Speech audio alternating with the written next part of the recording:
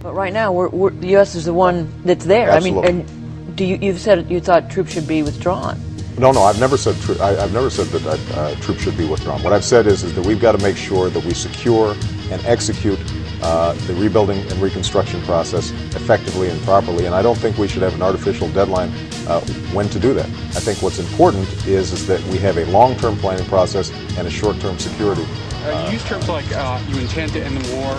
I'm sorry, I can't. You use the term like you intend to end the war. You talked about is there some sort of maneuvering room or wiggle room there that the public who wants to see the war end and who voted for you on that assumption might feel uncomfortable with. Similarly, in November of 2007, you told you made a comment that you would tell the generals, I guess, what your policy is.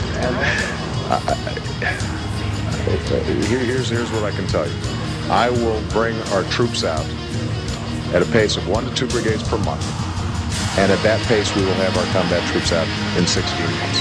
That is what I intend to do as President of the United States. If you follow my plan to begin withdrawing troops and having our combat troops out in 16 months, we're talking about approximately 2 years from now having our combat troops out. And if it turned out, for example, that we had to in certain months slow the pace because of the safety of American troops in terms of getting combat troops out, of course we would take that into account. I would be a poor commander-in-chief if I didn't take facts on the ground into account. All right? And when somebody asks, are you guaranteeing that you have every U.S. troop out of Iraq, that's like asking, can we get every U.S. troop out of France? Presumably there are some U.S. troops there carrying out some limited function.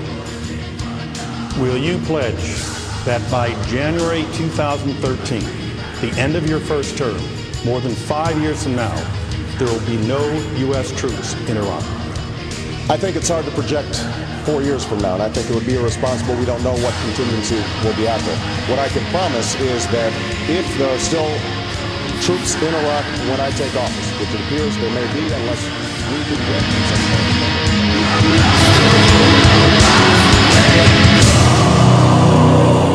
No, I've never said that troops should be withdrawn.